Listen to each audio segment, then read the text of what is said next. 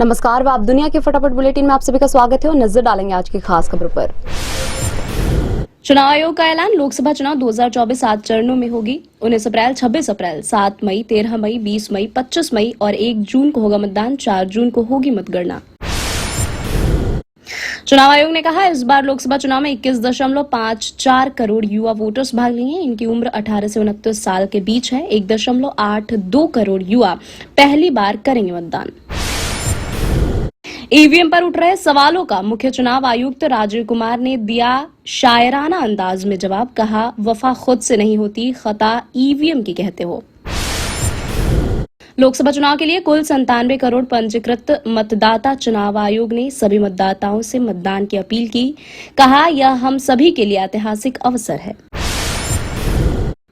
आंध्र प्रदेश की 175 विधानसभा सीट के लिए 13 मई को मतदान होगा। अरुणाचल प्रदेश की 60 और सिक्किम की 32 विधानसभा सीट के लिए 19 अप्रैल को मतदान। ओडिशा विधानसभा चुनाव 4 चरणों में होंगे। 4 जून को मतगणना। प्रधानमंत्री नरेंद्र मोदी ने कहा भाजपा अराजक चुनाव के लिए पूरी तरह तैयार। सभी क्षेत्रों में सुशासन और काम के ट्रैक रिकॉर्ड के आधार पर लोगों के पास जा रहे हैं।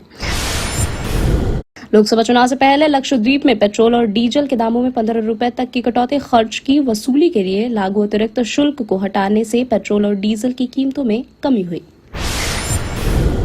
दिल्ली की राउज एवेन्यू कोर्ट ने ईडी के समन पर पेश न होने से जुड़े मामलों में मुख्यमंत्री अरविंद केजरीवाल को दी जमानत। ईडी को केजरीवाल के शिकायतों से जुड़े दस्तावेजों को भी सौंपने का निर्देश दिया। प्रसिद्ध बॉलीवुड गायिका अनुराधा पौडवाल भाजपा में हुई शामिल। प्रधानमंत्री नरेंद्र मोदी की प्रशंसा की। कहा उन्हें मोदी की अगुवाई वाली पार्टी में शामिल होकर खुशी हो रही है।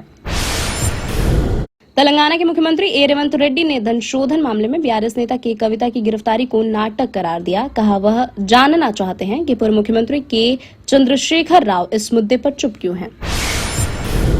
केरल की एक अदालत ने यौन उत्पीड़न के दोषी 65 वर्षीय व्यक्ति को 43 साल के कारावास की सजा सुनाई। कोर्ट ने लड़की के बुजुर्ग रिश्तेदार को 16 साल की नाबालिग लड़की का उसके घर पर जाकर बार बार यौन उत्पीड़न करने का दोषी माना।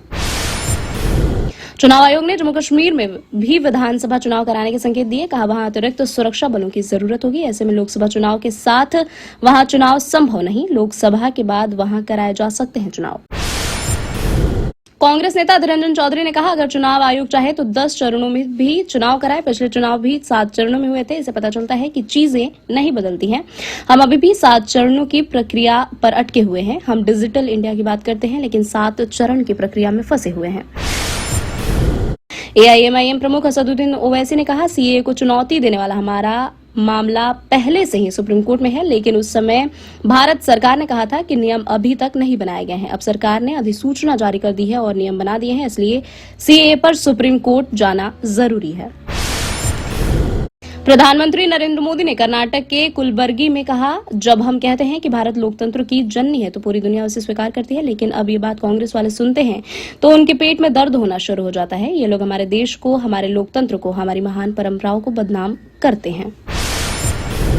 कांग्रेस महासचिव केसी वेणुगोपाल ने कहा भाजपा को चुनावी बॉन्ड देने के लिए जिस रास्ते का इस्तेमाल किया गया वह साफ तौर पर भ्रष्टाचार है। आने वाले दिनों में देश को इसके बारे में और पता चलेगा। हम चुनाव के लिए तैयार हैं।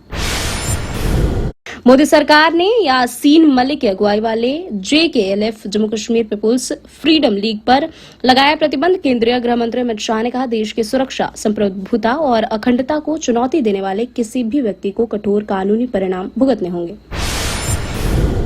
प्रधानमंत्री नरेंद्र मोदी ने शनिवार को विपक्षी दलों पर निशाना साधते हुए कहा कांग्रेस और बीआरएस ने मिलकर तेलंगाना के विकास के हर सपने को चकनाचूर किया। राजनीति में आने को लेकर फिल्म अभिनेता रणदीप हुड्डा ने कहा वह फिलहाल अपने फिल्म करियर को छोड़ना नहीं चाहते हैं। कहा अगर मुझे पॉलिटिक्स में शामिल होना पड़ा तो मैं इसे फुल टाइम जॉब के तौर पर स्वीकार करूंगा। अक्षय कुमार और टाइगर श्रॉफ की बड़े मियां छोटे मियां थिएटर्स में रिलीज होने के लिए तैयार। मानुषी छिल्लर भी अहम किरदार में आएंगी नजर। फिल्म का निर्देशन अली अब्बास जफर ने किया है।